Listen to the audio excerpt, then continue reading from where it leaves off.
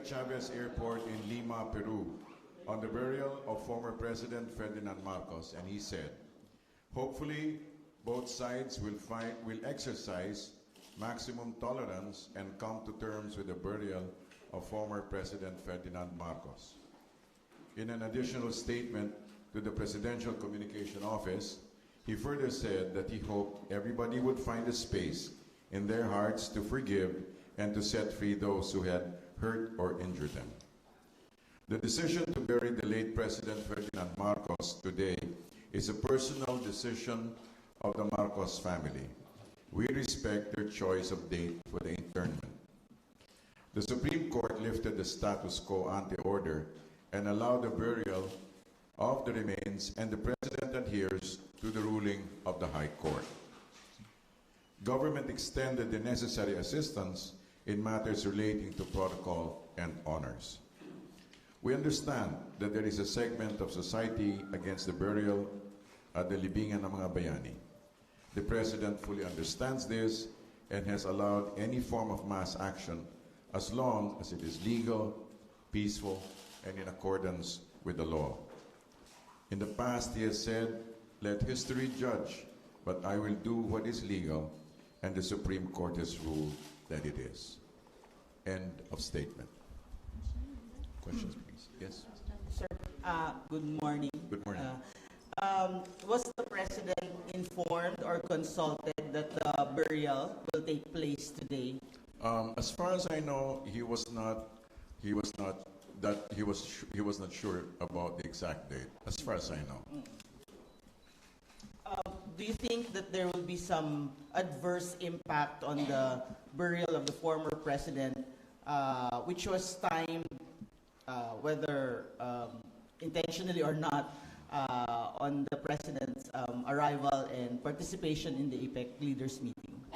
Well, let's put it this way. I'm sure that there will be negative reactions, whether negative or positive, whether he was going to be there or not. So I suppose this is to be expected and respected. Thank you. So just to belabor the point, Yes. the Marcos family did not inform President Duterte of the date of the interment. As far as I know, there was no direct line between the Marcos. As far as I know, there was no direct conversation regarding those matters. He was on his way to his attention was focused on the trip to Lima.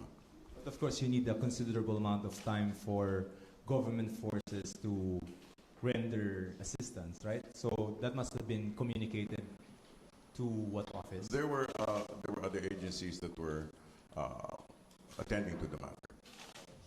That's it for me then. Yusek, the President is the Commander-in-Chief of the Armed Forces, and I suppose the Army was informed beforehand of that date. So he was not informed by the Army of the date of the burial. Well, as far as I know, that there are agencies are responsible for these matters, and since it's actually at the end of the day, it's a simple burial. So proper agencies could actually address the matter. Yes. Yes. In one of the interview of the media, General Pato de la Rosa says the President informed him about the burial of President Marcos at the LNB. What's your reaction? General Pato de la Rosa admits in one of the media interview na alam daw po ng Pangulo ang paglilibing sa libingan ng mga bayani kay Marcos. Then he must know some things. Thank you. But as far as we know, the President was focused on the trip to APEC, for the APEC in Lima, Peru. Thank you. Joseph. Sir, the statement of the President you just read, when did he write it? He didn't write it. He actually verbalized it to me. When you came down? Yes. Okay. Not came down. Before we came down. When I went up to him and asked, I told him that, sir, so-and-so has happened, and do you have any statement regarding this matter? Okay. And he did. So, nasa airplane, sir? Nasa plane pa kami.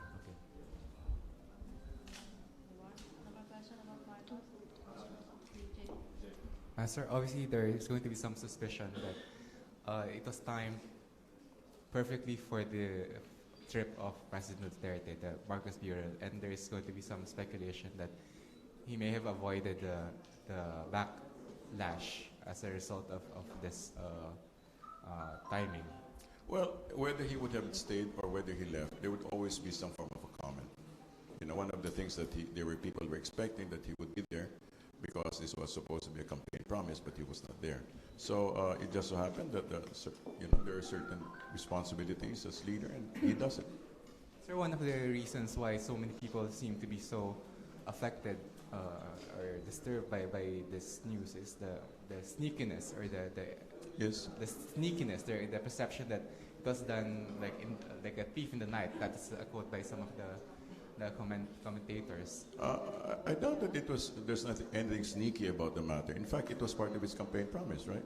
So the fact that they finally buried him is part of the whole process, and there was no intent to be, as you say, sneaky. Thank you. Last question, please. Sec, good morning. Yes. Welcome to Lima. Yes. Sir, how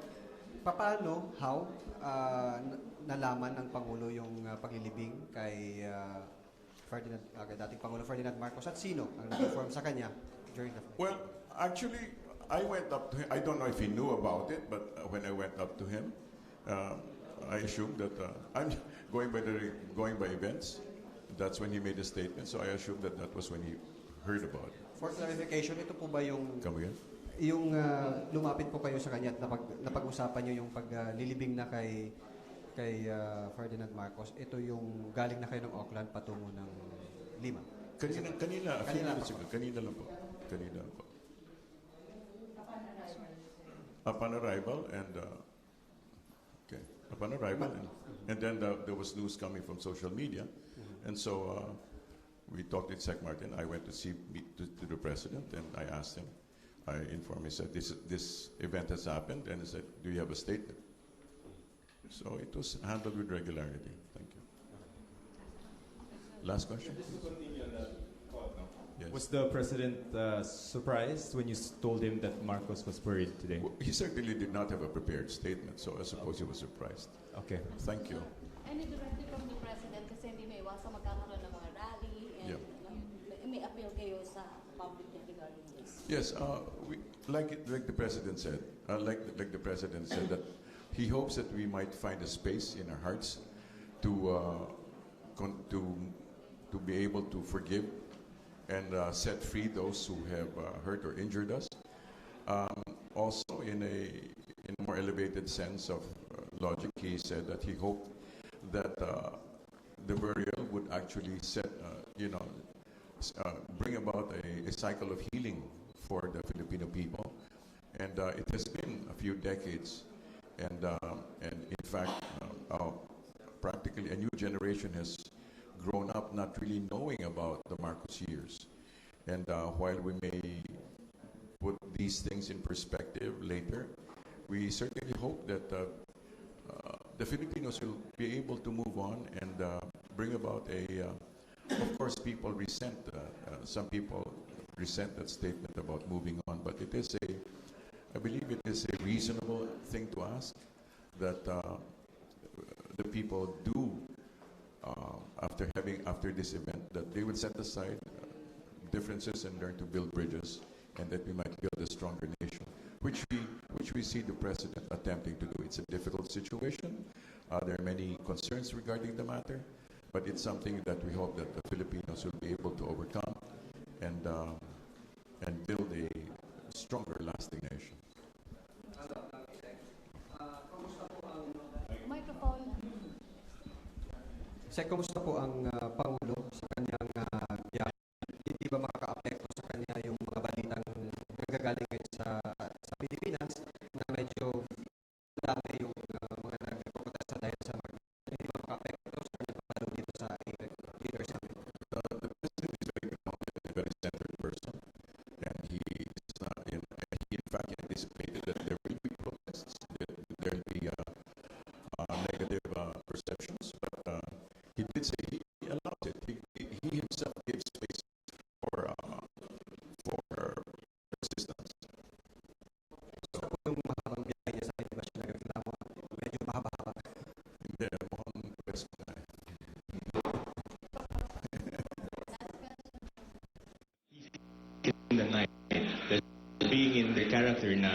tumataas talaga sa ano. How does the palace feel that the Marcos family did it? How does the palace, also the president, feel that the Marcos family did it this way? And usually I do not. But I think it's very misguided to consider the president as doing a sneaky act. Okay. In fact, he's always faced all his situations square and fair.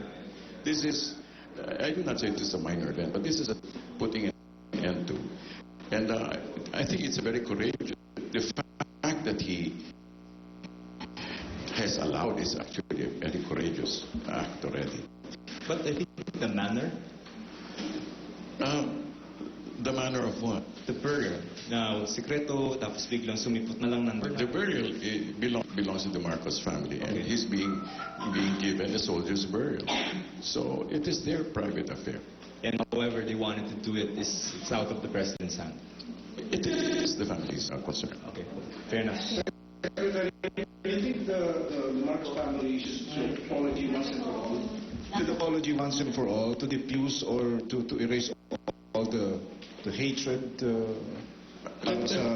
I cannot speak for the Marcos family, but let them handle their concerns one by one. First they bury, and then as things will transpire, they may come around to that situation. But it's not for us to say that. Can we ask for your opinion, sir?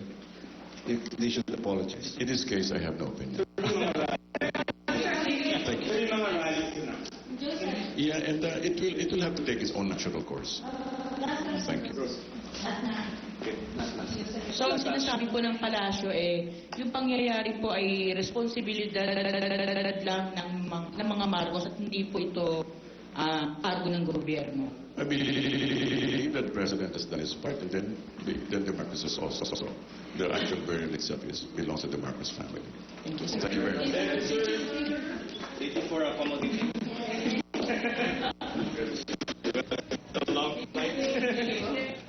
Presidential spokesperson Ed Abella there earlier